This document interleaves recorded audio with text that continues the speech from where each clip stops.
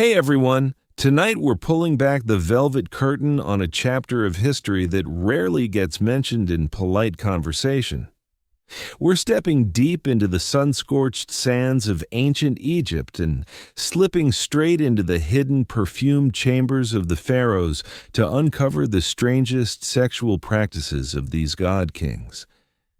Picture the soft whispers, the flickering glow of oil lamps, the heavy fragrance of lotus and myrrh filling the air, all creating the perfect setting for unions that were both sacred and completely bizarre. What you're about to hear might make even your boldest dating app stories look like a quiet evening at the library. Honestly, you probably won't make it through this dive into the deepest, darkest secrets of the Nile's rulers without a few raised eyebrows, if not a full-on jaw drop.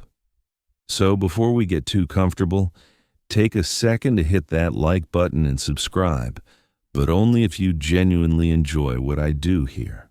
And while you're at it, why not drop your location and local time in the comments? It's always fun to see where everyone's tuning in from. Now, dim the lights and let's ease into tonight's journey together. You find yourself standing right at the edge of ancient Egyptian royalty, a world where the lines between the divine and the deeply physical weren't just blurred, they were often completely erased. In this land of pyramids and papyrus scrolls, the pharaoh wasn't simply a king, he was a living god, a direct descendant of Ra, Horus, and the entire celestial lineup. This divine status wasn't just for show. It seeped into every single aspect of his existence, especially his private life. You see, the pharaoh's bedroom was not merely a place for rest or procreation. It was a sacred space, a microcosm of the cosmos, where his actions, even the most intimate ones, carried profound implications for the entire kingdom. His fertility was directly tied to the fertility of the Nile, the prosperity of the harvests, and the very stability of Egypt itself.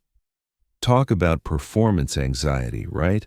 Imagine the pressure of knowing your personal prowess literally dictated the nation's wheat supply. Scholars still debate whether some of the more outlandish practices were literal acts or purely symbolic rituals. But what's undeniable is the deep connection between royal sexuality and cosmic order.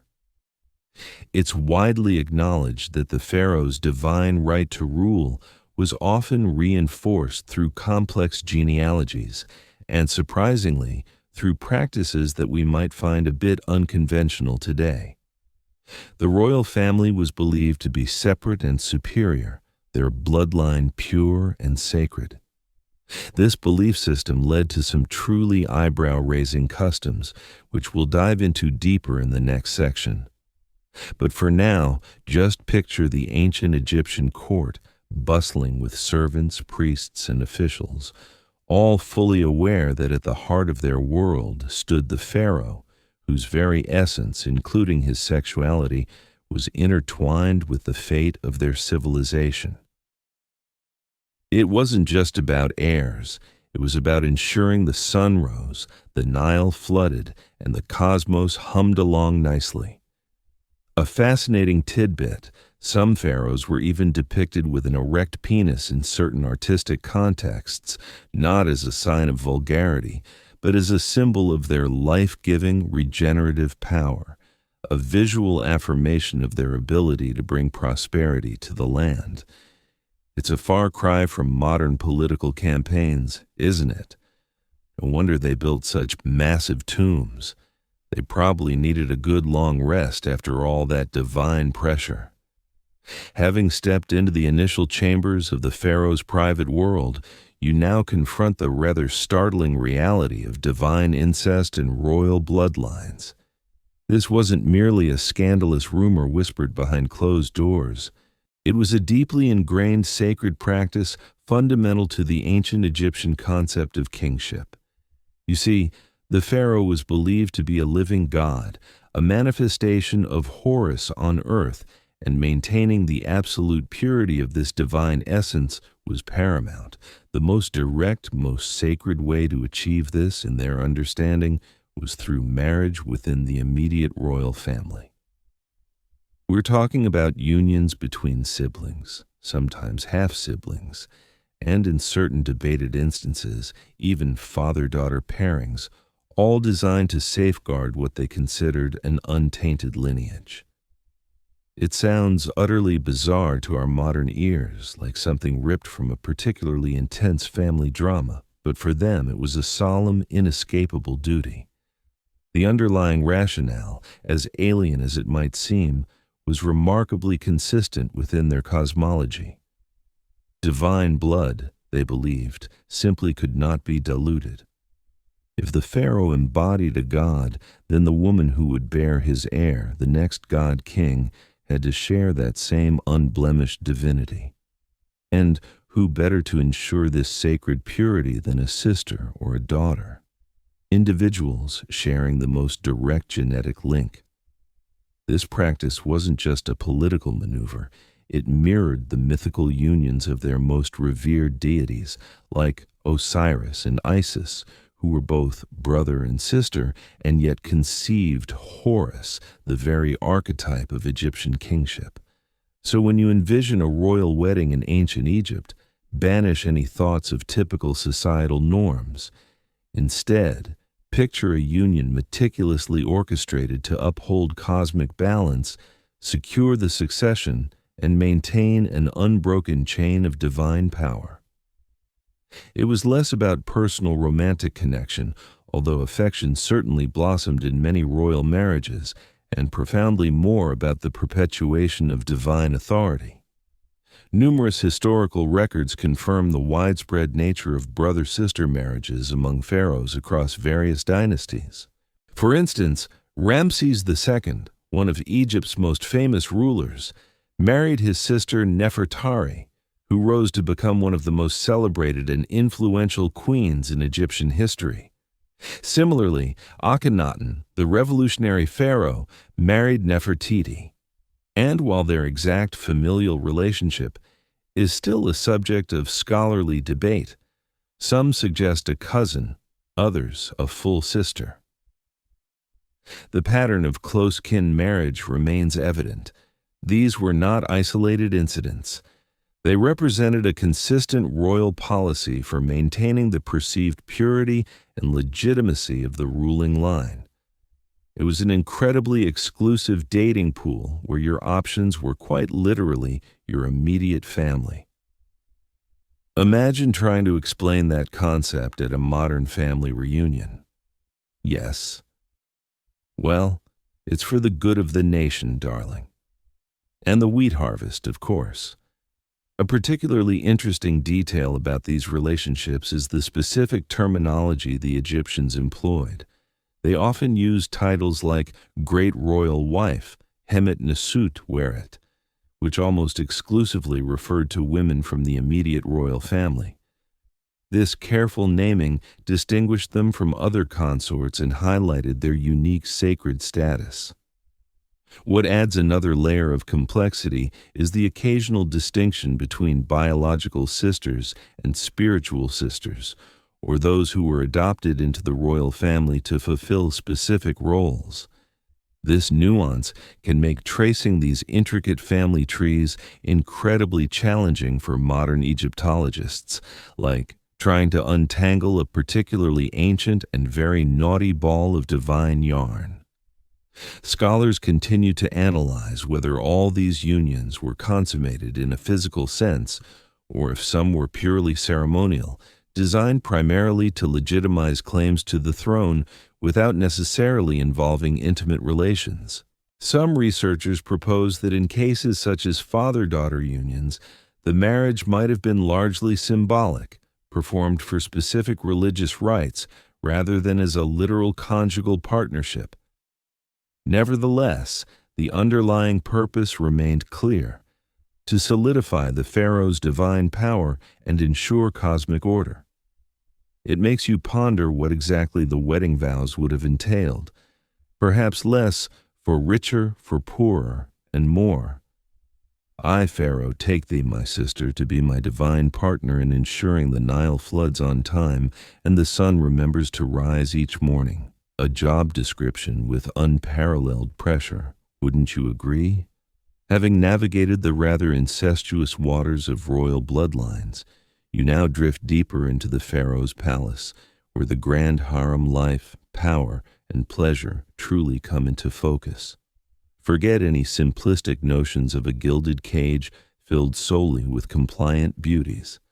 The pharaoh's harem was a complex ecosystem, a miniature society teeming with political intrigue, economic significance, and yes, intimate relationships. This wasn't just a place for the pharaoh to unwind after a long day of divine duties. It was a crucial administrative and social hub, a veritable corporate headquarters of domesticity, albeit one with significantly more perfumed oils and elaborate hairstyles. You see, the harem, often referred to as the perkenner or house of seclusion, was a vast establishment. It wasn't always located within the main royal palace itself. Sometimes pharaohs built separate sprawling complexes specifically to house their wives, secondary wives, concubines, children, and the myriad of servants required to keep such an operation running smoothly. Imagine a self-contained village dedicated to supporting the pharaoh's intimate life and securing the succession. It had its own staff, administrators, storerooms, and even workshops where goods for the court were produced. This grand scale illustrates that the harem was far more than a recreational space. It was an economic engine and a training ground for future queens and princes. One fascinating historical insight, revealing the sheer scale and importance of the harem, comes from detailed administrative records, especially from the New Kingdom. These documents meticulously list the provisions sent to the harems, the number of women residing there, and even the extensive staff required to manage them. For instance, during the reign of Amenhotep III, his Malkata palace complex had expansive areas dedicated to housing his numerous wives and concubines, suggesting a highly organized system rather than a chaotic free-for-all. It's almost like running a very high-stakes, incredibly personal boarding school, isn't it? Except the students were royal consorts and the headmaster was the pharaoh who would occasionally drop by for conjugal visits. Within these bustling walls, the social dynamics were incredibly intricate. While the great royal wife held the preeminent position, often acting as a key political and religious figure alongside the pharaoh, other principal wives and secondary wives also held significant status, particularly if they bore sons. These women were rarely just decorative figures. Many were highly educated, skilled in arts, music, and diplomacy. They could influence court decisions, engage in significant economic ventures, and on occasion even plot for power. A truly memorable example, a quirky tidbit from the annals of Egyptian history, is the famous Harem conspiracy against Ramses III. In this dramatic plot, a secondary wife named Tia attempted to place her son Pentuer on the throne by assassinating the pharaoh.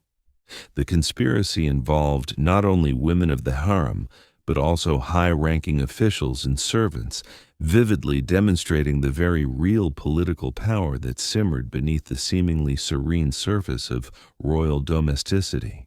It certainly puts a whole new spin on family drama, doesn't it? Suddenly, your last Thanksgiving argument seems rather quaint. The precise interpretation of the term harem itself continues to be a point of scholarly discussion. Many experts suggest it carries too many Western Orientalist connotations of mere sexual servitude and prefer terms like royal household or women's quarters to better emphasize the broader administrative and social functions beyond just intimacy. These women, especially those of higher rank, often possessed their own estates, personal servants, and frequently wielded considerable influence through their children, thereby affecting the future of Egypt. You're not just looking at a collection of concubines here. You're observing a complex living web of alliances, rivalries, and aspirations, all intricately centered around the pharaoh's favor and the ultimate crucial goal of producing a legitimate heir. It was a pressure cooker of ambition, where a quietly spoken word at the opportune moment could genuinely alter the course of history, and a single misstep could lead to utter ruin. Imagine the intense social climbing, the subtle jostling for position, the endless unspoken competition to catch the eye of the man who held divine sway over their lives. It makes modern corporate ladder climbing look like a gentle stroll in the park. Leaving the complex social hierarchy of the harem behind, you now turn your gaze to the vast, often unseen network of concubines and servants who inhabited the pharaoh's world. While the great royal wife and other principal consorts held significant power and status, the sheer number of women who populated the royal household meant that many others played crucial roles, often without the same level of recognition or privilege. These were the women who kept the domestic machinery of the palace running, provided companionship, and sometimes, perhaps unexpectedly, found themselves at the heart of royal intrigues. You see, the term concubine in ancient Egypt didn't always carry the same negative connotations it might in some other historical contexts. While certainly not holding the legal or social standing of a primary wife, these women could still be highly valued. Many were daughters of high-ranking Egyptian officials or even foreign princesses sent as diplomatic gifts, forming crucial alliances between Egypt and other nations. Their status varied greatly from those who might share the pharaoh's bed for a night to others who became long-term companions, bore royal children, and even gained significant influence within the court. This was no monolithic group. It was a spectrum of relationships, often fluid and dependent on the pharaoh's favor and the political climate. It's a well-established historical fact that women of the harem often held titles related to administration or religious service, showcasing roles beyond mere domesticity. For instance, some concubines are documented as having served as priestesses in various cults, particularly those associated with fertility goddesses like Hathor. This indicates that their lives weren't solely defined by their relationship with the pharaoh. They had active roles within the larger societal and religious framework of the palace. Imagine being tasked with managing the royal linen one day, then performing a sacred rite for fertility the next, all while hoping to catch the pharaoh's eye. It was a multifaceted job description, to say the least. Beyond concubines, the palace was teeming with female servants, from chambermaids and wet nurses to musicians, dancers, and hairdressers. These women, while lower in social standing, were indispensable to the daily functioning of the royal household. They dressed the queens, prepared the food, entertained at banquets, and cared for the royal children. Their lives were intimately connected to the pharaoh's family, giving them unique insights into the private lives of the most powerful people in Egypt. A fascinating tidbit for those who love uncovering everyday life is the discovery of ostraca pottery shards used for writing from workers' villages near royal tombs. These fragments sometimes depict scenes of daily life, including women performing various domestic and service roles within larger households, offering tantalizing glimpses into the lives of the invisible women who supported the royal elite. Scholars continue to discuss whether the term concubine truly captures the nuanced relationships that existed, or if it's an oversimplification influenced by later cultures. Some suggest that many relationships were more akin to secondary marriages, especially when children were involved and acknowledged. The key distinction often lay in the mother's social status and whether her children were considered eligible for the throne. Regardless of terminology, these women often faced significant challenges. Their economic dependence on the pharaoh was absolute, and their social standing, while potentially elevated by royal favor, was inherently precarious. Remember that historical information you have about male concubines in ancient Greece facing social stigma and limited legal rights, while female concubines in ancient Egypt seem to have more varied statuses. They certainly lacked the protections afforded to primary wives. Their future was often tied to the fortunes of their children or the whims of the reigning monarch. It was a life that offered potential luxury but little true security, a constant dance on the edge of the royal spotlight. Think of it as a historical reality show where the stakes were literally life and death, and your confessional moments were potentially carved into tomb walls. From the intricate social webs of concubines and servants, our journey now plunges into the profound spiritual depths of ancient Egyptian royalty, ritual sex, and fertility cults. For the pharaohs, intimacy was often far more than personal pleasure or even the practical necessity of producing heirs. It was a sacred act deeply interwoven with the very fabric of their religion and the cosmic order of their world. You're about to explore how the pharaoh's sexuality was seen as a direct conduit for divine power, essential for the prosperity of Egypt itself. Imagine a belief system where the pharaoh was not just a king, but a living god, a manifestation of the creator deities. His actions, including those in the bedroom, were believed to have direct repercussions on the natural world. If the pharaoh was virile and fertile, then so too would be the lands of Egypt, the waters of the Nile, and the harvests from the fields. This wasn't merely a quaint metaphor, it was a deeply held conviction that propelled many of their most important rituals.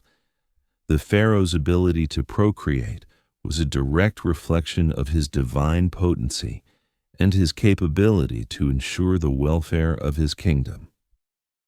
It's like being responsible for the entire country's weather forecast, but with more personal investment. A pervasive historical fact illuminating this connection is the cult of Min, the ancient Egyptian god of fertility, procreation, and sexual potency. Min was often depicted with an erect penis holding a flail, symbolizing his generative power. Pharaohs were intimately linked with Min, sometimes participating in rituals directly involving his cult to reinforce their own fertility and the fertility of the land. During harvest festivals, the pharaoh might perform ceremonies dedicated to Min, ritually cutting the first sheaf of grain, an act symbolically linking his own virility to the abundance of the crops. It was a tangible, visible connection between the king's body and the nation's breadbasket. A truly fascinating, almost bizarre tidbit involves the concept of divine birth.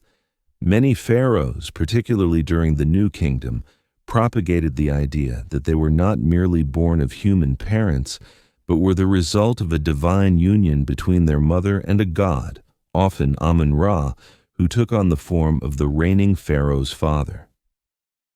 This sacred marriage was depicted in temple reliefs showing the god embracing the queen, leading to the conception of the pharaoh. While clearly symbolic, these narratives served to legitimize the pharaoh's rule and emphasize his divine origins, essentially giving him a celestial birth certificate. It's the ultimate "my dad can beat up your dad" argument, except your dad is a cosmic deity. Scholars continue to analyze the extent to which these ritual sex practices were literal or purely symbolic. While the idea of a pharaoh ritually engaging in sexual acts for fertility is sometimes suggested, The evidence is often metaphorical or depicted in highly stylized art rather than explicit texts. However, the overarching theme remains. The pharaoh's personal fertility was intrinsically linked to the national well-being through a complex system of religious beliefs and ceremonial actions. This fusion of the intimate and the divine meant that every aspect of the pharaoh's sexuality held profound significance, ensuring not just a lineage of kings, but the very continuation of the Egyptian world. From the profound spiritual connections of ritual sex, we now venture into a more symbolic yet equally fascinating aspect of royal intimacy, animal symbolism in the royal bedroom. You might wonder what a roaring lion or a slithering cobra has to do with the pharaoh's private life. But in ancient Egypt, the animal kingdom was a rich tapestry of metaphors, and their attributes were frequently invoked to describe and empower the pharaoh, particularly in matters of virility and protection within the royal household. Imagine a culture where every creature held a deeper meaning, where the fierce power of a bull or the watchful gaze of a falcon spoke volumes. These animalistic qualities weren't just observed, they were absorbed into the pharaoh's identity, especially when it came to his generative capabilities and the safeguarding of his family. The bedroom, much like the throne room, became a space infused with these powerful symbolic representations, acting as both a visual affirmation and a magical ward. It is a widely accepted historical understanding that various animals were seen as embodiments of specific deities or abstract concepts. For instance, the bull was a pervasive symbol of strength and virility, directly linked to male potency and the pharaoh's ability to ensure abundance. The pharaoh himself was often referred to by titles like strong bull, emphasizing his immense power and procreative vigor. You might see depictions of bulls or their horns in contexts associated with fertility or royal power. It's a bit like calling someone a tiger in the boardroom, but for, well, slightly more intimate settings. No wonder they always look so confident in their statues. A truly captivating, perhaps even quirky tidbit involves the use of amulets and protective symbols in the shape of animals placed within royal residences or even worn by the pharaoh and his consorts. Consider the cobra uraeus on the pharaoh's crown, a fierce protector that would spit fire at his enemies.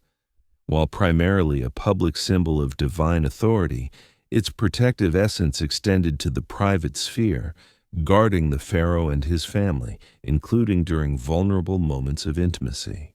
Another intriguing example is the hippopotamus goddess Tauret, depicted with a fearsome hippo head, lioness limbs, and human breasts.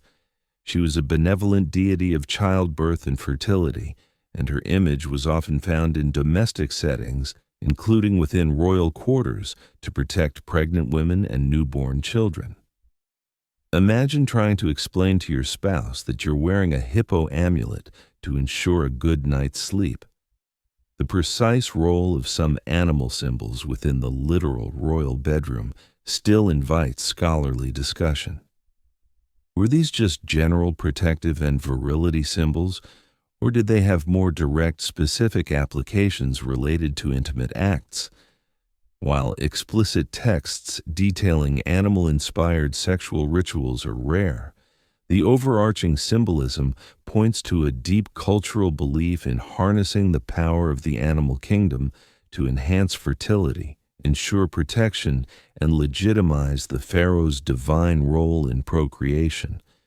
The ancient Egyptians had a knack for weaving the sacred into every thread of their lives, and the most personal spaces were no exception.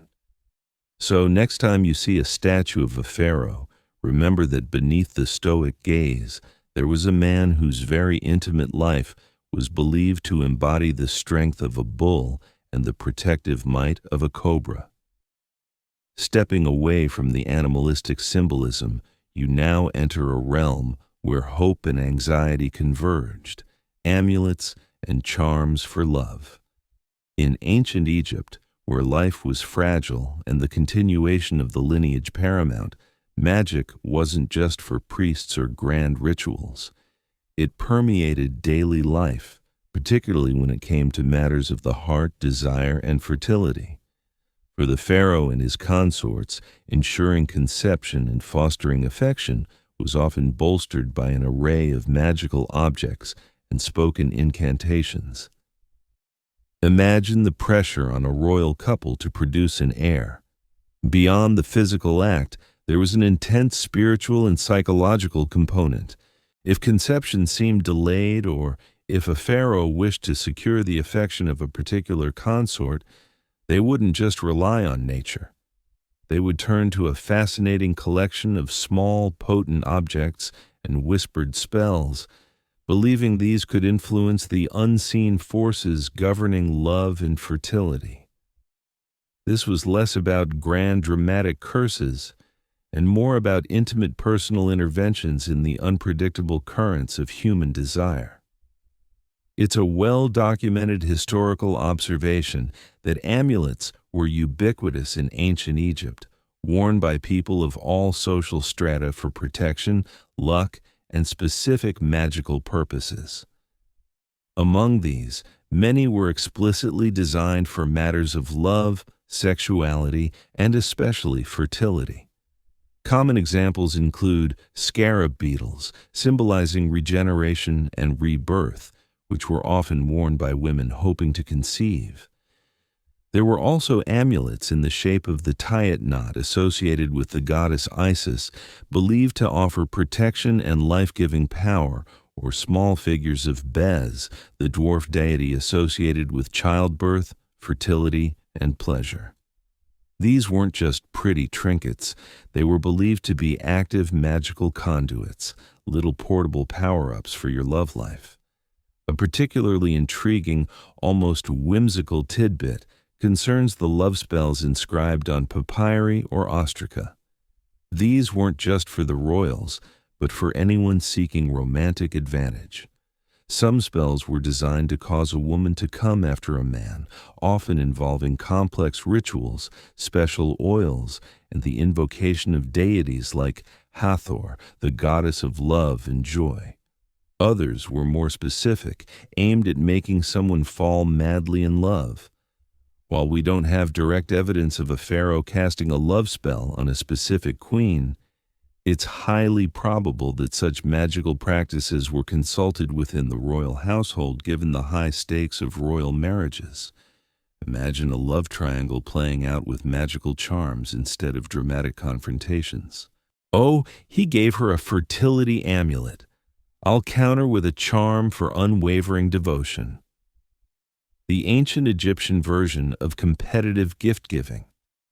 The effectiveness of these charms, of course, is a matter that continues to spark discussion among scholars. Were they genuinely believed to alter fate, or did they primarily serve as psychological tools, providing comfort and a sense of agency in an often uncontrollable world? Perhaps they functioned much like a placebo effect, bolstering confidence and alleviating anxiety in the individuals who use them. Regardless, their widespread use speaks volumes about the ancient Egyptian belief in the interconnectedness of the spiritual and the physical, and their reliance on magic to navigate the most intimate and vital aspects of life, ensuring not just personal happiness, but the very continuity of the divine pharaonic line. From the intricate world of charms and amulets, you now move into a more practical, albeit often equally strange aspect of royal life, medical practices for sexual health. Even for god kings, the challenges of ensuring potency and fertility were very real. The ancient Egyptians, with their surprisingly advanced medical knowledge, didn't rely solely on magic. They also developed a range of physical remedies, some quite sensible, others less so, to maintain the pharaoh's vital role in procreation. Imagine the immense pressure on the pharaoh to produce healthy heirs. It wasn't just about fathering children, it was about demonstrating his divine vitality and ensuring the stability of the entire kingdom. When issues of sexual performance or fertility arose, the royal physicians, highly skilled and respected figures, would be called upon. Their methods were a fascinating blend of empirical observation, herbal lore, and sometimes a touch of what we might call folk medicine. It's a foundational historical fact that ancient Egypt possessed a remarkably sophisticated understanding of medicine, as evidenced by numerous medical papyri like the Ebers Papyrus and the Kahun Papyrus. These texts detailed diagnosis, prognosis, and treatments for a wide array of ailments, including those related to the reproductive system. For example, some sections provide remedies for male impotence, often involving mixtures of honey, various plants, and even animal parts. One documented prescription for improving male potency involved consuming specific types of bread mixed with herbs. While we might question the ingredients today, the intent was clearly to address physiological concerns through what they considered scientific means. A particularly quirky tidbit found in these ancient texts includes prescriptions for increasing a woman's fertility that involved rather unappealing concoctions. One such remedy suggested a paste made from dates, beer, and believe it or not, goose fat to be inserted vaginally. The idea was likely to create a more hospitable environment for conception, though the comfort level of the royal consort during such treatments is left to your imagination. Another example involves fumigating a woman with incense and specific herbs to stimulate fertility. It certainly sounds like a unique spa day, doesn't it? Perhaps not the relaxing kind. The effectiveness of these ancient remedies, much like the magical charms, is something that continues to be a subject of academic inquiry. Were these treatments genuinely effective, perhaps due to undiscovered pharmacological properties of the herbs, or did they primarily offer psychological reassurance? Many scholars believe it was a combination of both. The physicians were keen observers and experimenters, but their understanding of biology was intertwined with their spiritual beliefs. They likely approached sexual health with the same holistic view they applied to other illnesses, considering both the body and the unseen forces that could affect it. So, while you might not rush to try a goose fat fertility paste, it reminds us of the desperate and creative measures taken to ensure the pharaoh's ability to fulfill his sacred duty of bringing forth new life into the world. Moving beyond the practical, if sometimes peculiar medical remedies, you now delve into the very essence of the pharaohs being pharaohs and their gods, sacred unions. For the ancient Egyptians, the pharaoh wasn't just a ruler. He was the living embodiment of Horus, and through ritual and belief, he could even merge with other powerful deities, particularly those associated with creation and fertility. This wasn't mere symbolic flattery. It was a profound theological concept that underpinned his authority and his unique role in maintaining cosmic order. Imagine a king whose very existence was intertwined with the divine. The pharaoh was the intermediary between humanity and the gods, responsible for performing rituals that ensured the sun rose, the Nile flooded, and the world remained in balance.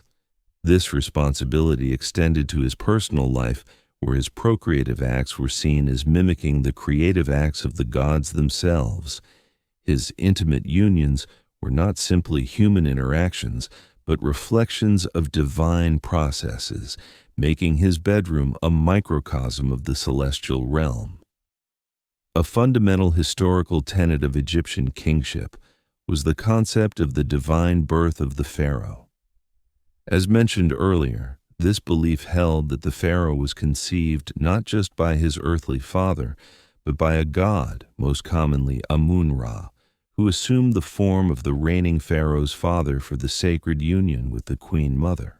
This sacred marriage was depicted in exquisite detail on temple walls, such as at the Luxor temple, where reliefs show Amun-Ra embracing Queen Mutemwia, the mother of Amenhotep III, signifying the divine conception of the future king. These scenes were not just propaganda, they were theological statements affirming the pharaoh's unique God-given right to rule.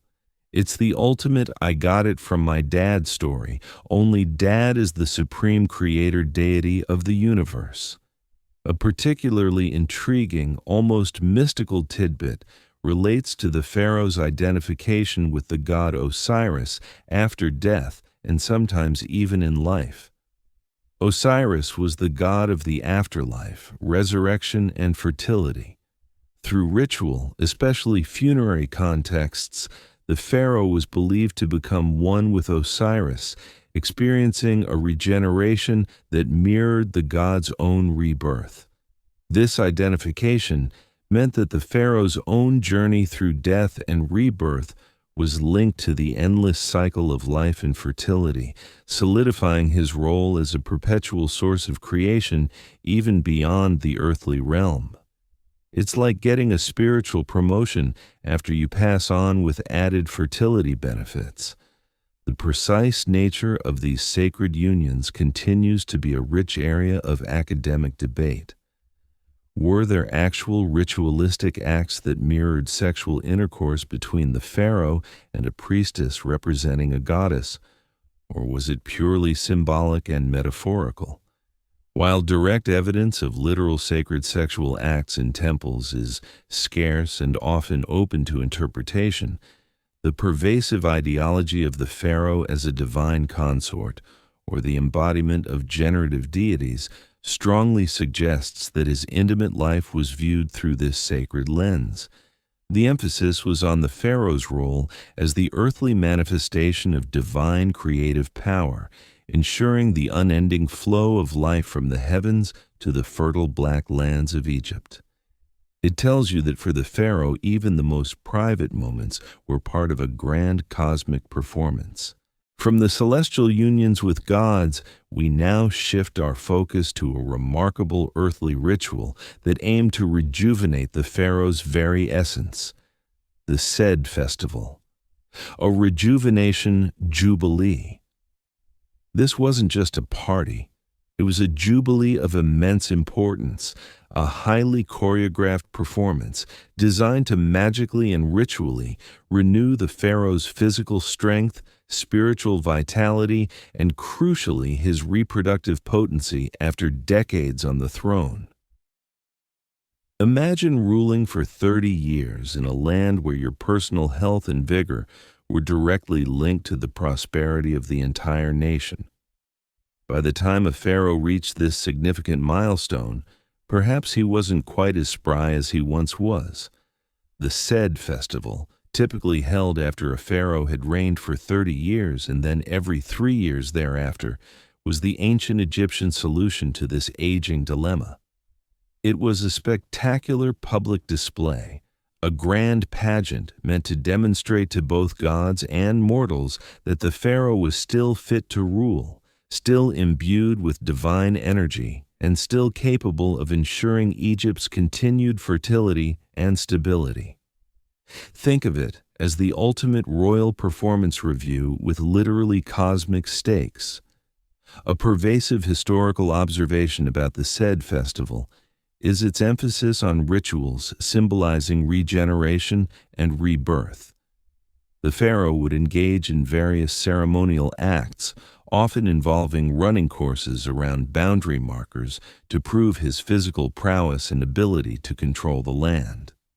He would also undergo multiple symbolic coronations, reaffirming his kingship over both Upper and Lower Egypt. These actions weren't just for show. They were believed to magically restore his vitality, making him young and vigorous once more. It's almost like a full-body spiritual reboot, ensuring the king was still operating at peak divine performance. A particularly intriguing, almost comical tidbit involves the pharaoh's ritual attire during the festival. At various points, he would wear different costumes, some of which were quite archaic, hearkening back to the earliest dynasties. This sartorial journey through time symbolized his connection to all past rulers and the enduring nature of kingship.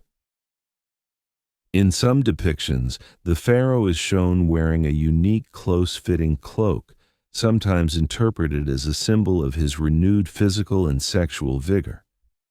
Imagine trying to look dignified while doing a ritual jog in an ancient tight outfit. Perhaps it was the ultimate test of confidence. While the exact nature of any directly sexual rituals within the said festival remains a subject of scholarly discussion, the underlying theme of renewed potency is undeniable. Many scholars propose that the entire festival, by demonstrating the pharaoh's renewed physical and spiritual strength, implicitly affirmed his renewed reproductive capabilities. It was a holistic rejuvenation encompassing his political, religious, and indeed, his physical and sexual being. The festival served as a powerful public statement that the pharaoh, despite the passage of time, remained the vital, fertile heart of Egypt, ready to continue guiding his people and ensuring the unending flow of life from the divine realm to the land of the Nile. It was a spectacle of endurance, tradition, and perhaps a subtle magical hint that the royal stalk was still very much in business. Stepping away from the grand spectacle of the said festival, your exploration now takes a more intimate turn, delving into the surprisingly expressive world of love poetry and erotic literature. You might imagine a rigid, austere society focused solely on gods and death, but ancient Egypt possessed a vibrant culture that celebrated human emotion, including passion, longing, and desire, often with remarkable frankness. Imagine sitting by the Nile, the scent of lotus blossoms heavy in the air, and listening to verses that speak of aching hearts and stolen kisses. While not explicit in the modern sense, these ancient poems and songs reveal a society that understood and articulated the complexities of romantic and sexual attraction. They offer a rare glimpse into the personal lives of Egyptians, showing that beneath the layers of ritual and divine duty, there were individuals experiencing the universal pangs of love and lust. It's a foundational historical truth that ancient Egyptian literature included a genre specifically dedicated to love songs and poems, often found on papyrus scrolls or ostraca from sites like Deir el-Medina, the village of the tomb builders. These texts, dating primarily from the New Kingdom, tell tales of young lovers, their anxieties, their desires, and their dreams. The language is often vivid and sensual, using natural imagery to evoke feelings of attraction. For example, a lover might describe his beloved as a gazelle or a twig of myrrh, praising her beauty and inviting her to join him. This shows a culture that wasn't afraid to express romantic and even suggestive sentiments openly through verse. A truly charming, almost cheeky tidbit is how these poems often featured dialogues between lovers, sometimes with an almost playful back and forth. One popular theme involved a young man or woman sneaking out to meet their beloved, despite warnings from their parents. "My heart fluttered when I saw you," one poem might declare, while another describes the thrill of a secret rendezvous in a garden with hints of physical intimacy. There are also references to drinking, feasting, and enjoying life's pleasures, often as part of the courtship. It's like reading the lyrics to ancient pop songs, complete with youthful rebellion and yearning. Makes you wonder if they had their own version of Netflix and chill back then. The precise interpretation of how erotic these texts truly are continues to be a point of academic fascination. While some scholars emphasize their innocent romantic nature, others point to underlying sexual implications and double entendres that would have been clear to a contemporary audience. For example, references to entering the garden or crossing the river could subtly hint at sexual encounters without explicitly stating them. What's clear, however, is that these poems provided a sanctioned outlet for expressing deep personal desires, a reminder that even in a society obsessed with divine order, human passion found its voice beautifully and often with a mischievous twinkle in its eye. From the lyrical expressions of earthly love, you now transition to a more profound and enduring aspect of Egyptian belief, sexualized rites and the afterlife. You might find it surprising that a culture so focused on death and the preservation of the body also imbued its funerary practices with strong sexual and regenerative symbolism. For the ancient Egyptians, the afterlife wasn't just a spiritual journey. It was a continuation of life, albeit in a perfected form, and procreation was essential even beyond the tomb. Imagine a world where death was not an end, but a transition, a rebirth into eternity. To achieve this eternal existence, the deceased needed to be regenerated, much like Osiris, the god of the underworld, who was dismembered and then magically reassembled to live again. This concept of regeneration often carried distinct sexual undertones, emphasizing the power of creation even in the face of mortality. The tomb, far from being a desolate resting place, was envisioned as a womb, a place of rebirth from which the deceased would emerge into the eternal day. It's a foundational historical concept that Osiris, the god of the dead, was also a powerful fertility deity. His myth involved his magical resurrection by his sister wife Isis, who conceived their son Horus after his death, symbolizing regeneration from destruction. This divine narrative directly influenced funerary practices. The deceased pharaoh in particular was identified with Osiris. This identification meant that the pharaoh, even in death, was believed to retain his procreative power, ensuring his continued existence and the cycle of life. You can find depictions of Osiris often portrayed with an erect phallus in funerary contexts, symbolizing his regenerative capacity and triumph over death. It's a rather explicit symbol of eternal life, isn't it?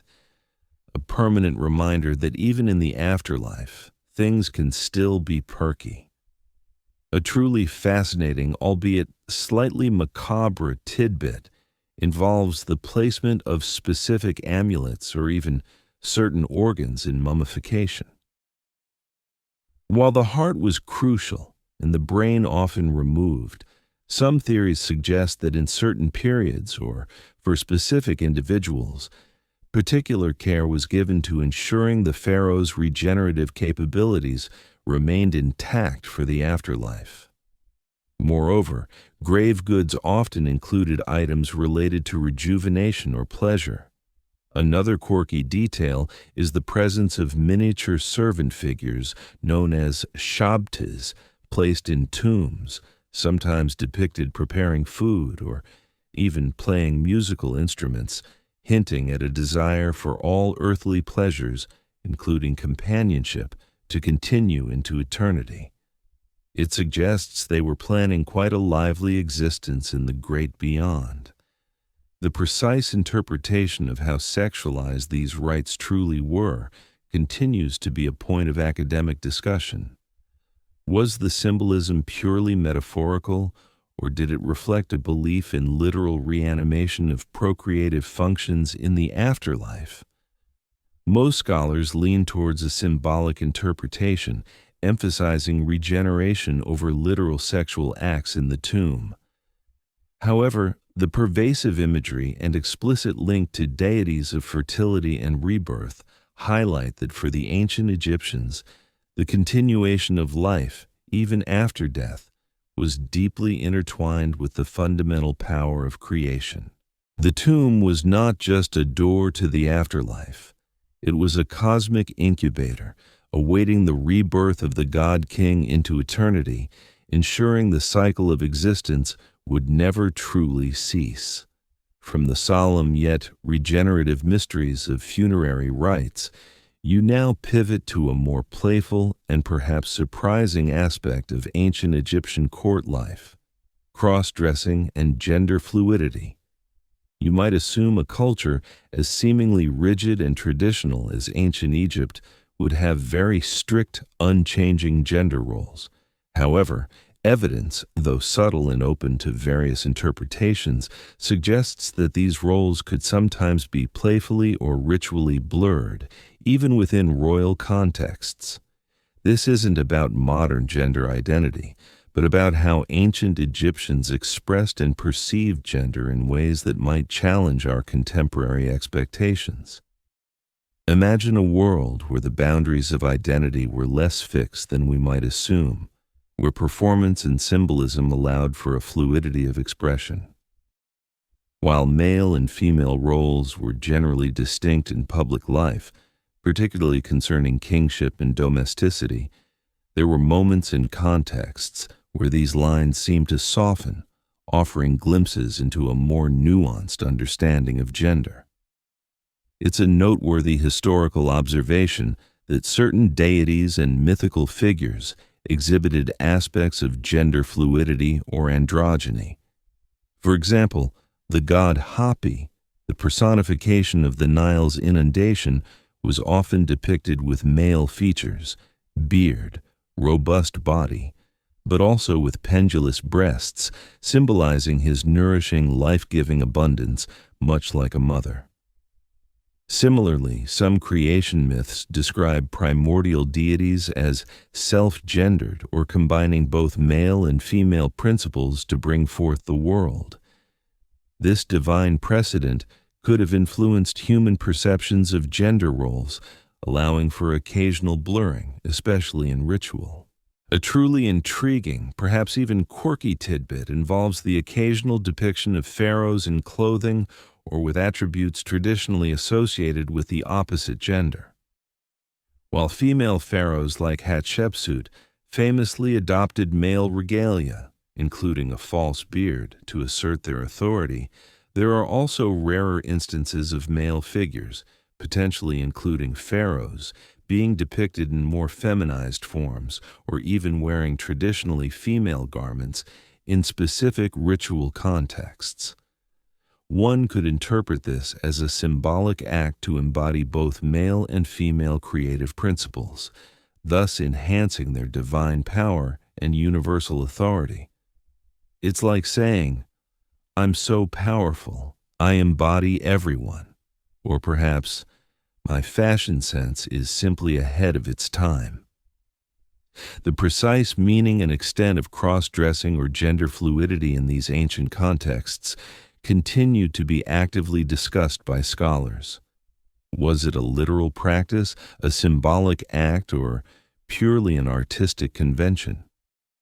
Many experts emphasize the symbolic nature, suggesting that such depictions serve to underscore the pharaoh's multifaceted role as a divine ruler who transcended conventional human categories, encompassing all aspects of creation. It wasn't necessarily about personal sexual identity in the modern sense, but about expressing a holistic power that incorporated both masculine and feminine generative forces. So while you might not find a pride parade in ancient Egypt, you might encounter a pharaoh who understood that true power lay in embracing the totality of existence, even if it meant occasionally donning a ceremonial skirt or a divine set of breasts.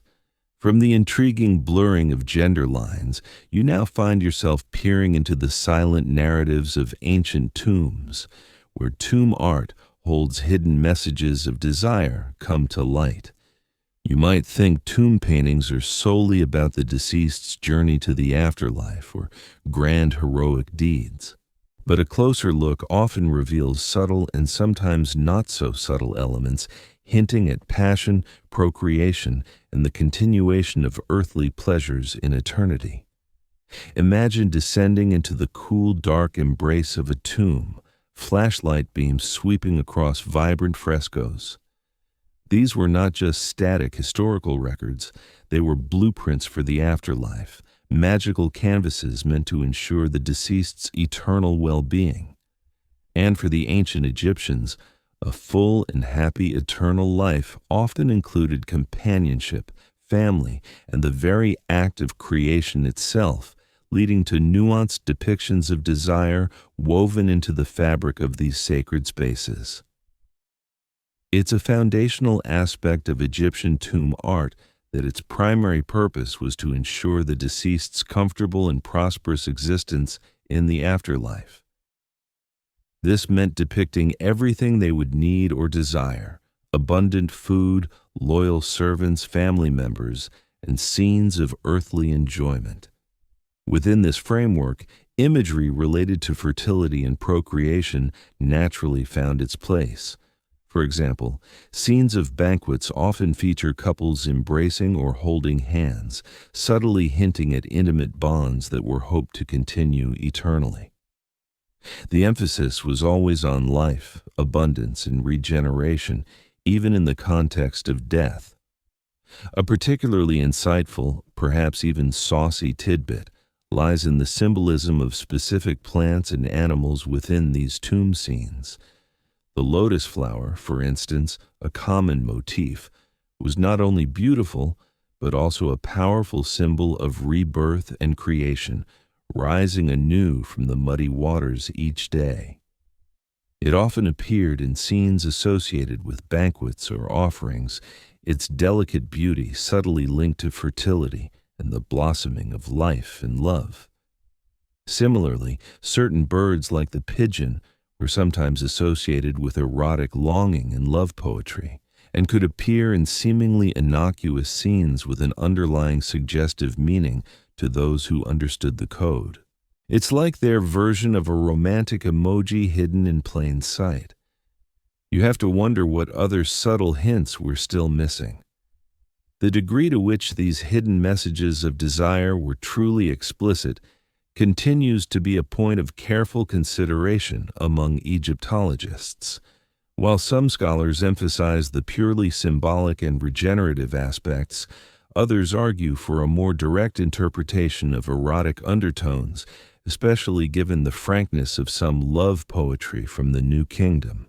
The art often used allusion and metaphor rather than outright depiction, but the intent was clear: to ensure the deceased enjoyed a vibrant, sensual, and fertile existence forever. So the next time you see a tomb painting, remember that beneath the serene surface, there might be a silent story of desire, a wish for eternal passion forever preserved on the walls of the dead. Transitioning from the symbolic whispers of tomb art, you now ascend to the very pinnacle of power, examining the queen's power and sexual agency. While often viewed through the lens of their pharaonic husbands, ancient Egyptian queens, particularly the great royal wives, were far from mere passive figures in the royal bedroom or the political arena. They wielded significant influence, asserted their authority, and often played crucial roles in ensuring the succession and stability of the realm, sometimes even using their intimate relationships as a tool of statecraft. Imagine a queen who wasn't just a consort, but a vital partner in divine rule. These women were not simply mothers of heirs. Many were priestesses, administrators, and even regents, stepping into the void when a pharaoh was too young or incapacitated. Their power wasn't always explicit in terms of military command, but it was deeply woven into the religious and social fabric of Egypt. This meant their personal agency, including their sexuality, was often intertwined with their public role. It is a well-documented historical fact that many queens held immense religious and administrative titles reflecting their active involvement in the state. For instance, queens often served as God's wife of Amun, a powerful religious office that granted them significant economic and political clout. Nefertari, the beloved wife of Ramses II, not only received a magnificent tomb in the Valley of the Queens, but was also depicted in temples on an almost equal footing with her husband, participating in religious rituals and holding high esteem. This showcases that the queen's role extended far beyond just the royal bedroom. She was a vital co-ruler in many respects, even if the pharaoh remained the ultimate authority. A particularly striking and perhaps even controversial tidbit concerns the concept of the queen as the symbolic mother of the divine king. In the narrative of divine birth, it was the queen who was embraced by the god Amun-Ra to conceive the future pharaoh. This elevated her status tremendously, giving her a unique divine connection and validating the king's legitimacy. In some instances, like with Queen Hatshepsut though, she was a female pharaoh herself, not a queen consort in the typical sense. Her divine birth narrative was heavily emphasized to legitimize her unprecedented rule. This gave queens, even in their intimate role, a powerful narrative tool. Imagine being able to say, "My son, oh, he's literally conceived by a god. What about yours?" It's a mic drop moment in ancient history. The extent of a queen's sexual agency within the confines of an arranged royal marriage and a polygamous system is a nuanced topic that continues to invite scholarly discussion. While formal ceremonies were not the norm in ancient Egyptian weddings, the union was formalized when the bride moved her belongings into the groom's home and arranged marriages were common. However, evidence suggests that love and affection were also valued in these unions. Queens certainly used their position to promote their children, their own families, and sometimes even to exert political pressure. Some scholars believe that a queen's influence could extend to guiding the pharaoh in matters of succession, choosing future consorts for their sons, or even subtly affecting the political alliances shaped by marriage. Therefore, the queen was not just a recipient of the pharaoh's desires, but a powerful player in her own right, navigating the complexities of court life with intelligence, piety, and often an undeniable strategic prowess. From the formidable influence of the queen, you now pivot to a realm where intimacy met international diplomacy, pharaohs and foreign princesses. You might imagine the pharaoh's marriages were solely internal affairs focused on maintaining a pure royal bloodline. However, strategic alliances with neighboring powers often required a different kind of union, bringing foreign princesses into the royal harem and introducing diverse sexual customs and cultural perspectives into the heart of Egypt. Imagine a world where marriage was a tool of statecraft, a bond forged not just for love or heirs, but for peace treaties, trade agreements, and mutual defense pacts. The pharaohs, powerful as they were, understood the value of diplomatic relations. Sending a daughter to a foreign court, or receiving one, was a profound act of trust and alliance, often accompanied by lavish gifts and intricate negotiations. These foreign princesses brought with them not only their personal belongings, but also their customs, their languages, and perhaps even their own ideas about royal intimacy. It's a widely acknowledged historical reality that diplomatic marriages were a common feature of the Late Bronze Age, roughly 1550–1200 BCE. a period of intense international interaction. The Amarna letters, a collection of cuneiform tablets discovered in Egypt, provide fascinating correspondence between Egyptian pharaohs and other rulers of the Near East, detailing requests for and exchanges of royal women. Pharaohs like Amenhotep III and his son Akhenaten married numerous foreign princesses from kingdoms such as Mitanni, Babylonia, and Assyria. These unions were crucial for maintaining stability and trade routes across the ancient world. You can almost hear the royal scribes drafting the marriage contracts, meticulously listing dowries and diplomatic courtesies, while the princesses themselves might have been quite nervous about their new distant homes. A particularly intriguing, almost comical tidbit is the reluctance of some foreign rulers to send their own daughters to Egypt. The reason? Egyptian pharaohs rarely, if ever, sent their own daughters abroad in return.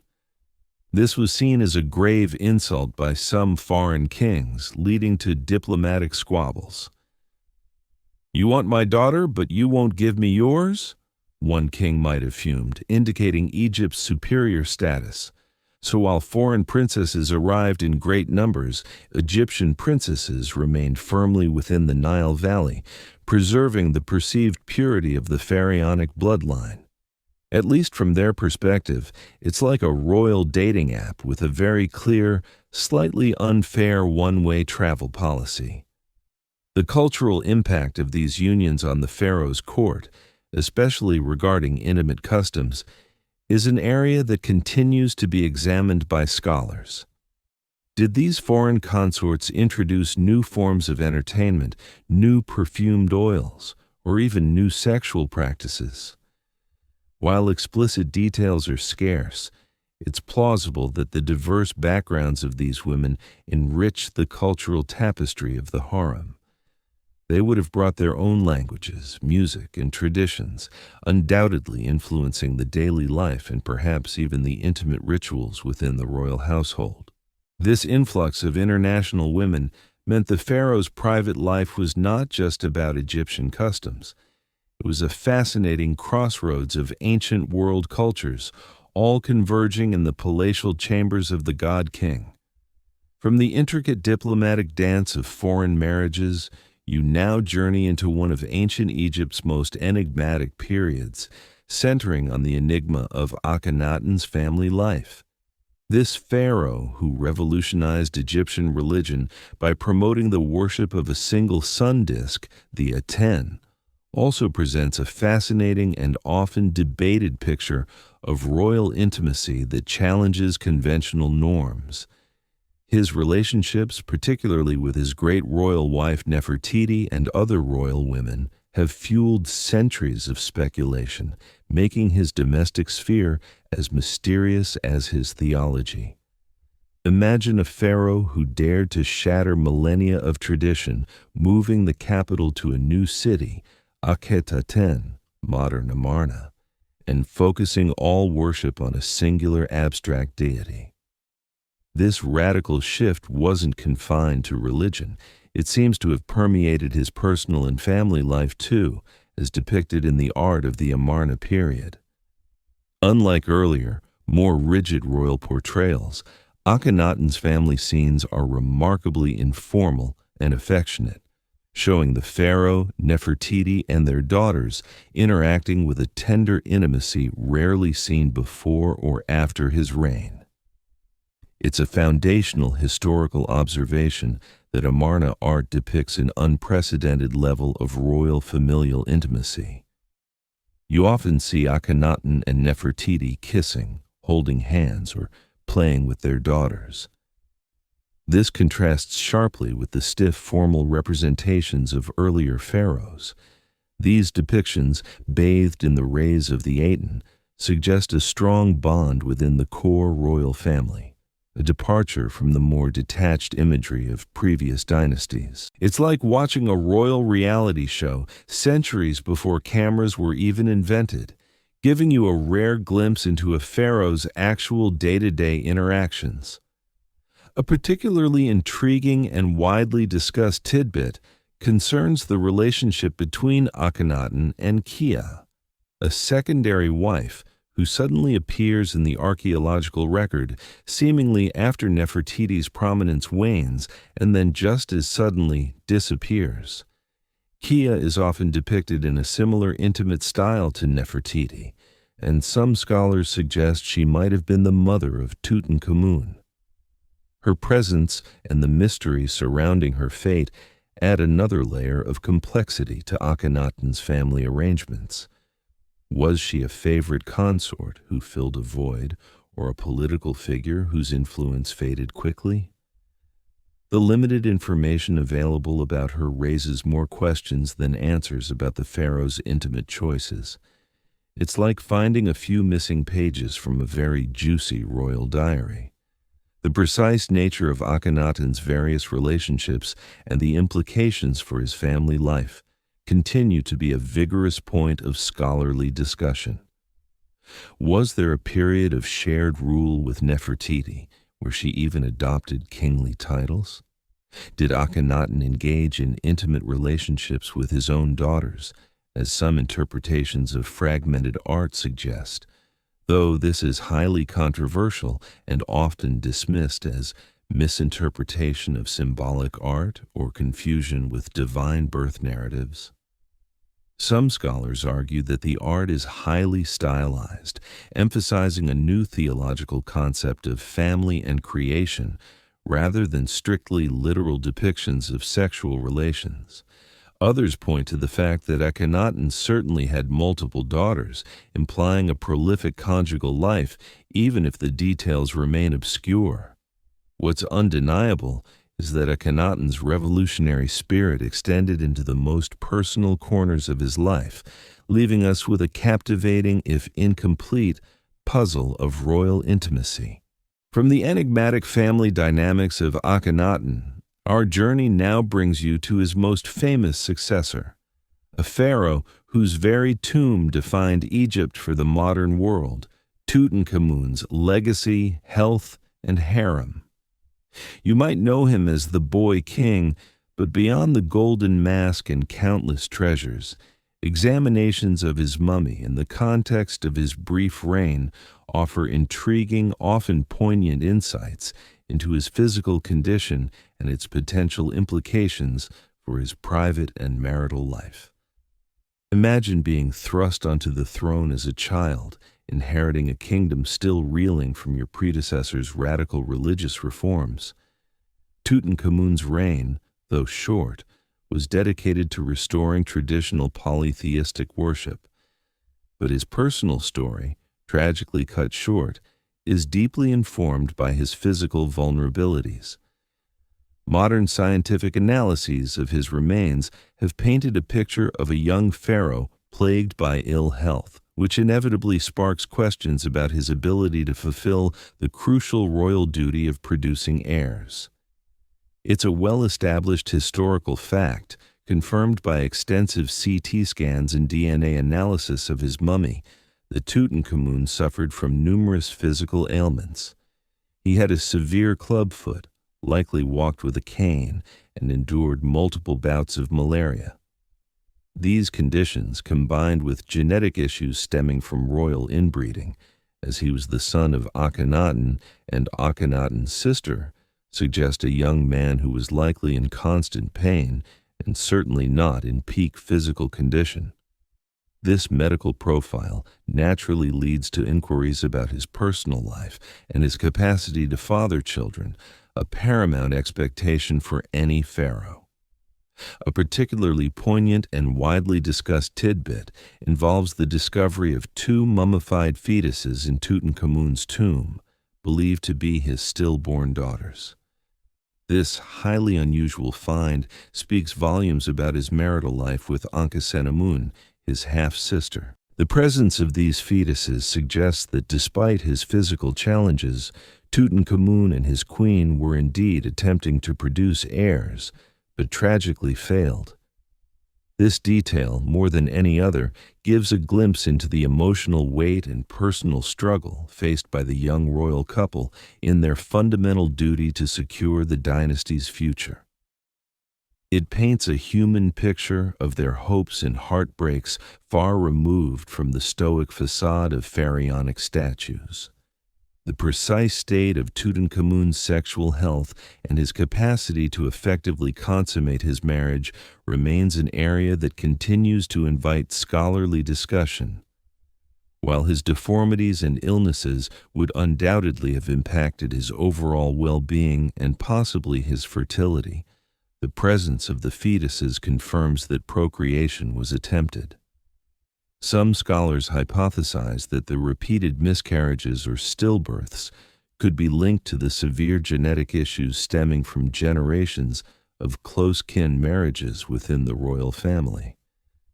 Regardless of the exact medical specifics, Tutankhamun's tragic personal story underscores the immense pressure on pharaohs to reproduce, highlighting the intersection of royal health, intimate duty, and the very survival of the kingdom.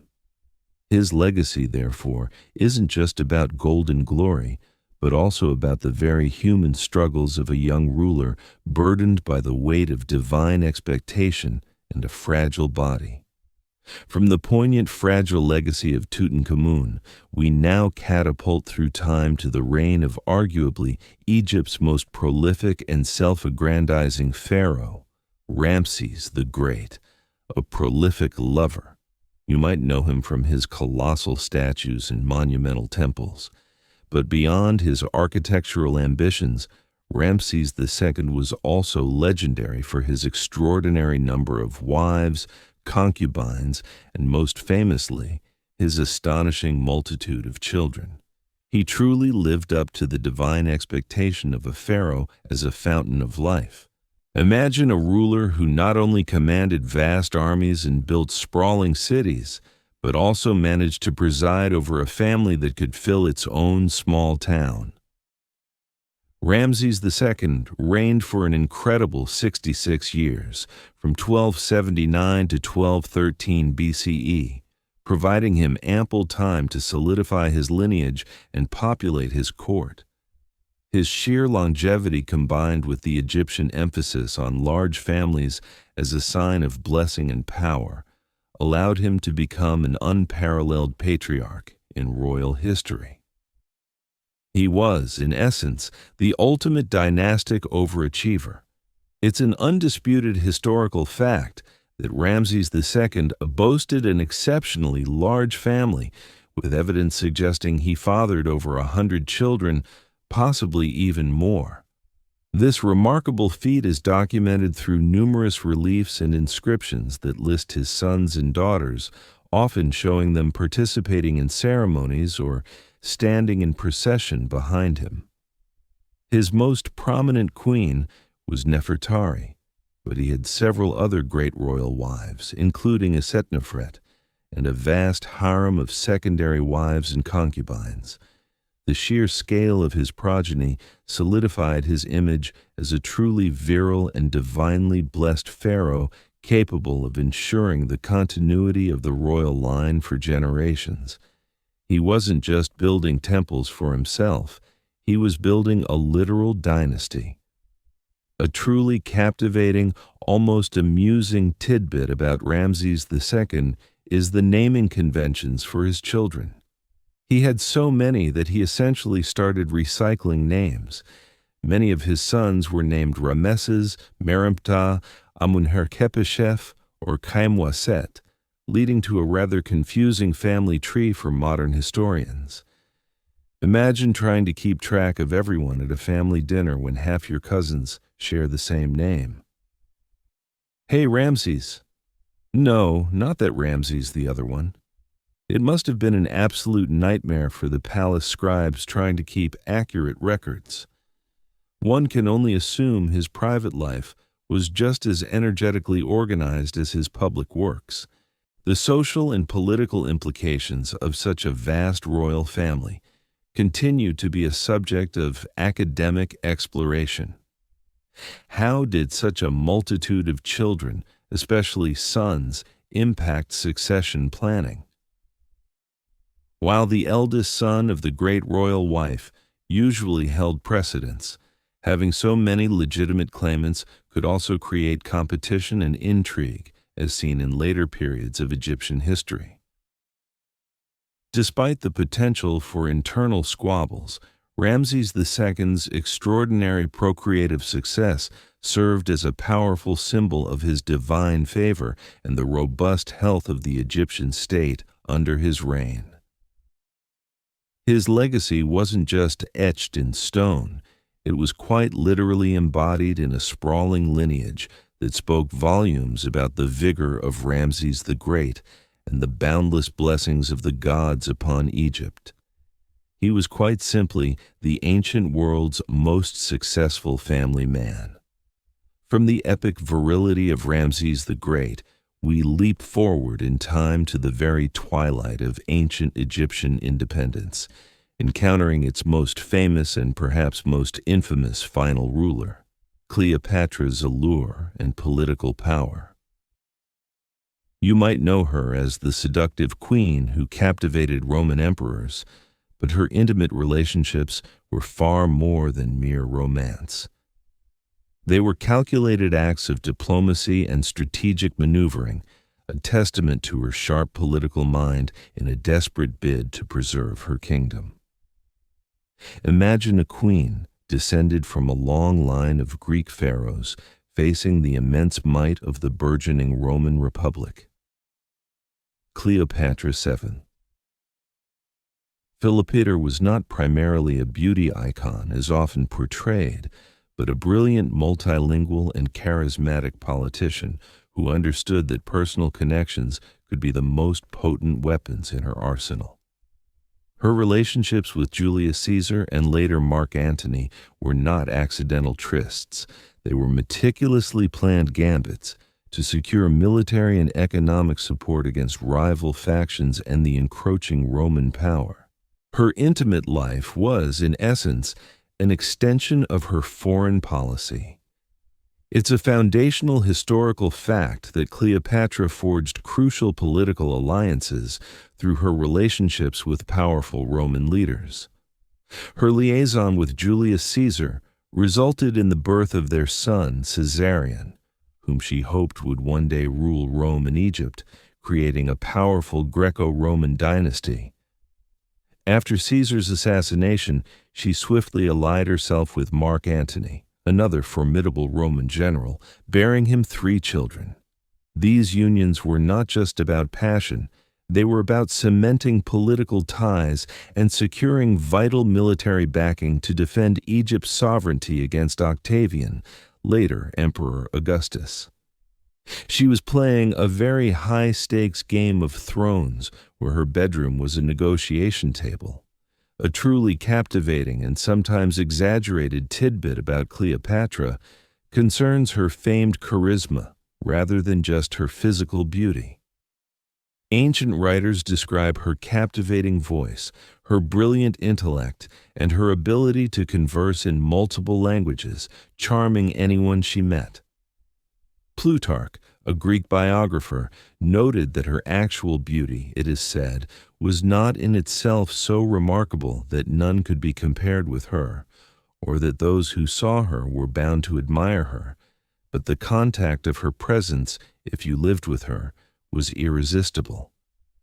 This suggests her allure was less about conventional prettiness and more about a potent combination of wit, intelligence, and strategic charm that enabled her to bend powerful men to her will.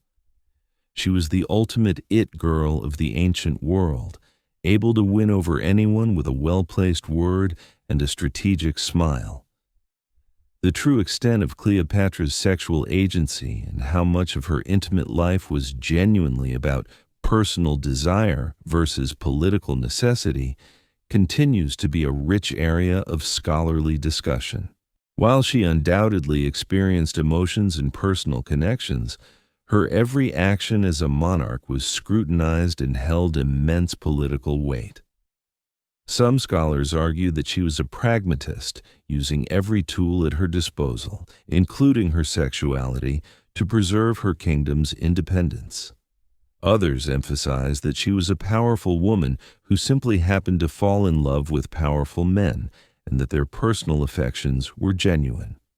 Regardless, Cleopatra's story stands as a testament to a queen who masterfully leveraged her personal relationships to wield unprecedented political power, leaving an indelible mark on both Egyptian and Roman history. From the dramatic political entanglements of Cleopatra's strategic romances, we now lighten the mood considerably, peeking into the more frivolous side of royal existence, erotic games, and royal entertainment. You might assume the pharaohs were always engaged in weighty matters of state and divinity, but even god-kings enjoyed their leisure. And sometimes that leisure involved forms of entertainment and playful activities that subtly or not so subtly touched upon themes of love, desire, and intimacy. Imagine the atmosphere of a royal banquet, not just solemn affairs, but occasions for music, dance, and revelry. The ancient Egyptians, particularly the elite, appreciated pleasure and beauty. Their leisure time wasn't solely about grand ceremonies. It also involved more relaxed settings where entertainment could take on a more personal and even suggestive tone. These activities offered a contrast to the solemn duties of kingship, allowing for a glimpse into the lighter, more human side of the royal court. It's a foundational historical observation that music and dance were integral parts of ancient Egyptian entertainment, especially at elite gatherings and banquets. Tomb paintings and reliefs frequently depict scenes of musicians playing harps, lutes, and flutes, accompanied by dancers performing graceful or acrobatic movements. While many dances were purely aesthetic, some gestures and costumes could carry suggestive meanings, particularly in a convivial atmosphere. The fluid movements and revealing attire of female dancers, for example, could certainly contribute to a sensual ambiance, part of the overall experience of pleasure for the royal audience. A truly delightful, almost whimsical tidbit involves the discovery of playful artifacts, sometimes described as board games, that might have had romantic or even erotic undertones. While the famous game of Senet was more serious, representing a journey through the afterlife, other, smaller, less formal games might have been played for amusement, perhaps even involving forfeits or challenges that could become flirtatious. We also find small stylized figurines of dancers or musicians, sometimes depicted in suggestive poses, which might have been used for entertainment or as tokens. Imagine a pharaoh unwinding after a long day of decree-making with a board game that ends in a friendly, flirtatious challenge. It's a very ancient version of Truth or Dare, perhaps with slightly higher stakes if you lost to the king. The specific nature of erotic games within the royal court continues to be a point of careful consideration among scholars. Was it literal explicit play, or was it more about creating a stimulating and pleasurable atmosphere through music, dance, and suggestive imagery? Most interpretations lean towards the latter, emphasizing the enjoyment of beauty, sensuality, and companionship within appropriate social settings rather than outright licentiousness. However, the presence of love poetry and the general appreciation for fertility and pleasure in Egyptian culture certainly suggest that these forms of entertainment were designed to appeal to and perhaps subtly ignite the senses. So even the pharaoh, with all his divine burdens, understood the importance of a good time, a little music, and perhaps a playful game or two to keep life in the palace well lively. From the light-hearted realm of royal entertainment, you now delve into a more complex and often debated aspect of ancient Egyptian sexuality, homosexuality in ancient Egypt. You might assume a culture so focused on lineage and procreation would have rigidly defined sexual norms. But the evidence, though subtle and open to various interpretations, suggests a more nuanced reality where same-sex relationships may have existed, particularly within elite circles. This isn't about imposing modern labels, but about exploring the hints and whispers left behind in art, texts, and tombs that challenge our preconceived notions of ancient life. Imagine a society where every aspect of existence was geared towards continuity. The endless cycle of the Nile, the rebirth in the afterlife, the unbroken line of pharaohs. In such a context, procreation was paramount. Yet, human desire, as always, found its own paths. The lack of explicit condemnation for same-sex acts, unlike in some other ancient cultures, hints at a degree of tolerance or at least discretion for relationships that didn't directly serve the purpose of generating heirs. The focus was on outward appearance and the fulfillment of societal duties, often leaving private lives less scrutinized, especially for those in powerful positions.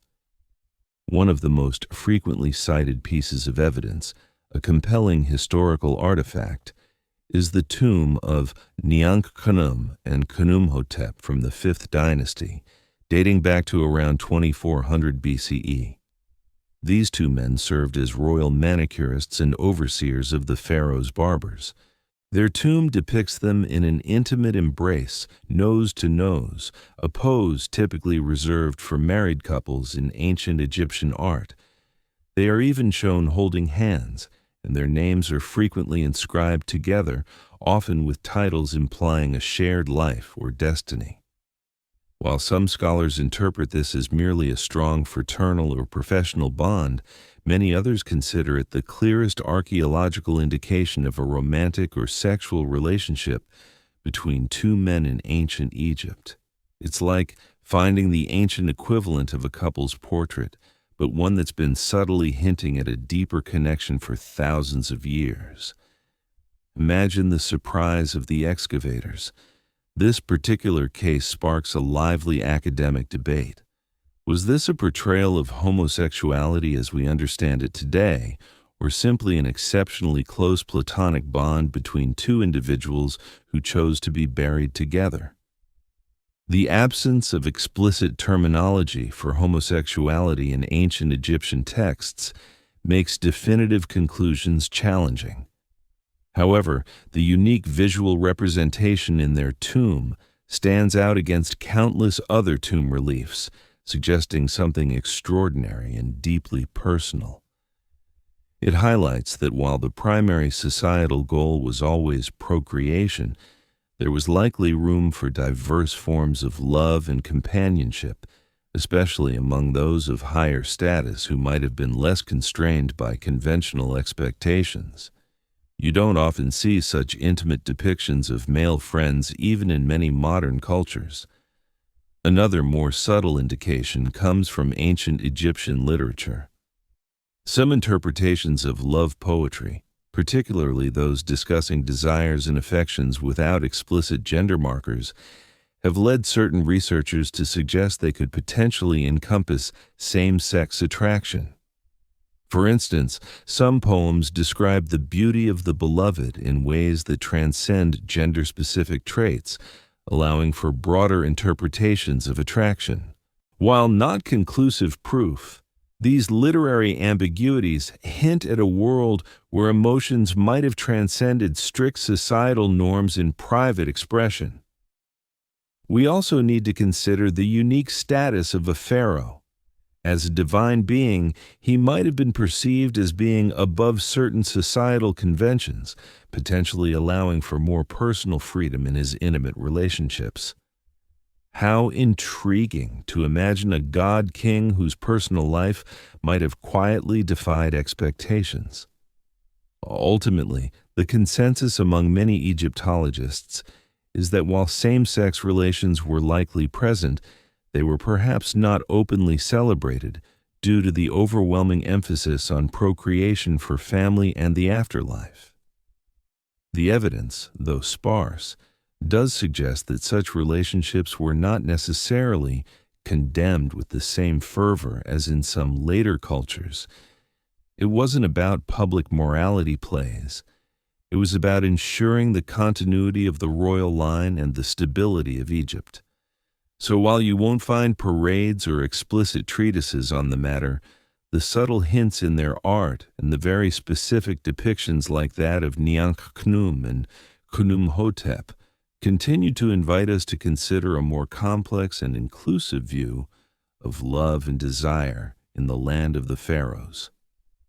The ancient Egyptians, it seems, always had a knack for keeping us guessing, even in their most personal moments. From the intricate social dynamics of same-sex relationships, your journey now flows seamlessly into the very heart and lifeblood of ancient Egyptian civilization, the Nile's symbolism, lifeblood, and lust. You see, for the ancient Egyptians, the Nile River wasn't merely a geographical feature. It was a living deity, the primordial source of their existence, and its annual miraculous flood was the very pulse that sustained their civilization. This profound connection meant that the river's fertile power became inextricably linked with their understanding of human sexuality and procreation, especially concerning the pharaoh. Imagine living in a land where your entire survival year after year hinged on the predictable rhythmic swelling of a single river. The annual inundation, depositing rich black silt across the arid land, was quite literally the difference between abundant life and devastating famine. This cyclical renewal of the earth, its miraculous revitalization, became a powerful metaphor for regeneration and fertility in human life. The Egyptians observed the natural world with unparalleled keenness, understanding that the bounty of the earth directly mirrored the fruitfulness of human unions. The overflowing Nile, spilling forth its life-giving essence, was intuitively seen as the earth's grand act of creation.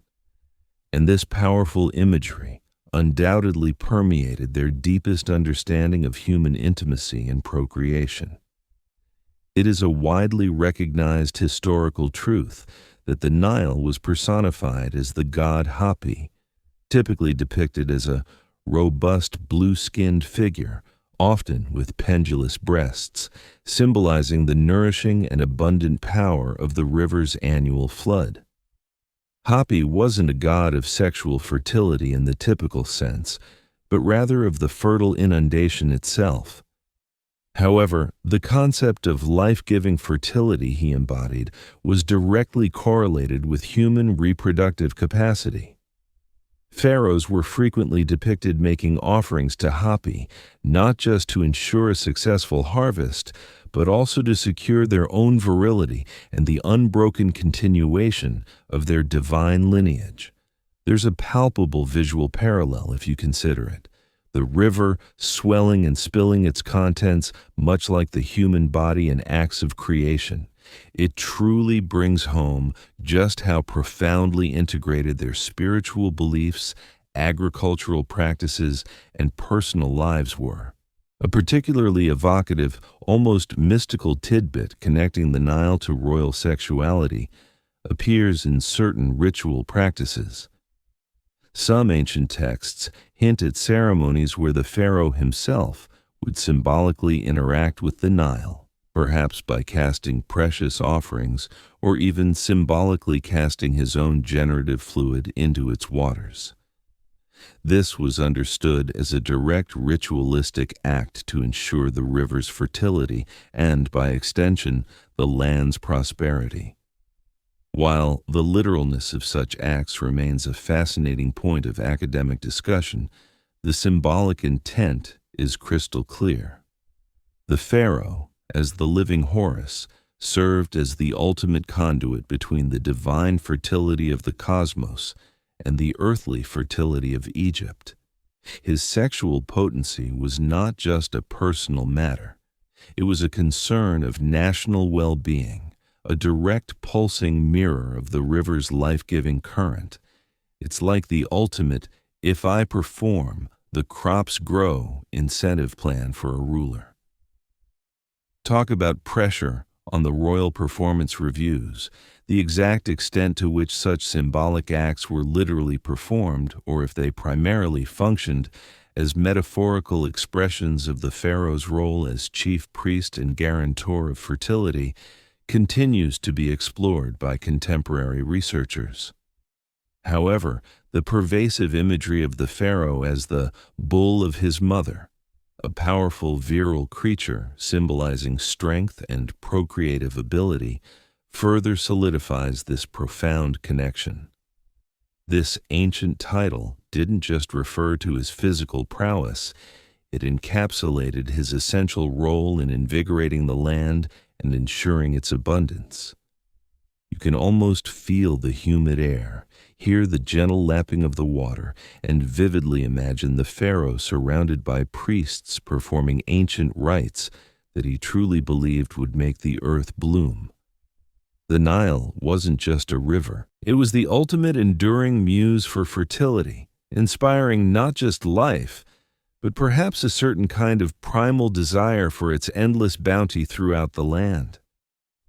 From the life-giving waters of the Nile, we now transition to a more practical, albeit often equally strange, aspect of royal life: magic and curses against impotence. Even for god-kings, the challenges of ensuring potency and fertility were very real. The ancient Egyptians, with their surprisingly advanced medical knowledge, didn't rely solely on magic. They also developed a range of physical remedies, some quite sensible, others less so, to maintain the pharaoh's vital role in procreation. Imagine the immense pressure on the pharaoh to produce healthy heirs. It wasn't just about fathering children. It was about demonstrating his divine vitality and ensuring the stability of the entire kingdom. When issues of sexual performance or fertility arose, the royal physicians, highly skilled and respected figures, would be called upon. Their methods were a fascinating blend of empirical observation, herbal lore, and sometimes a touch of what we might call folk medicine. It's a well-established historical reality that ancient Egypt possessed a remarkably sophisticated understanding of medicine, as evidenced by numerous medical papyri like the Ebers Papyrus and the Kahun Papyrus. These texts detailed diagnosis, prognosis, and treatments for a wide array of ailments, including those related to the reproductive system. For example, some sections provide remedies for male impotence, often involving mixtures of honey, various plants, and even animal parts. One documented prescription for improving male potency involved consuming specific types of bread mixed with herbs.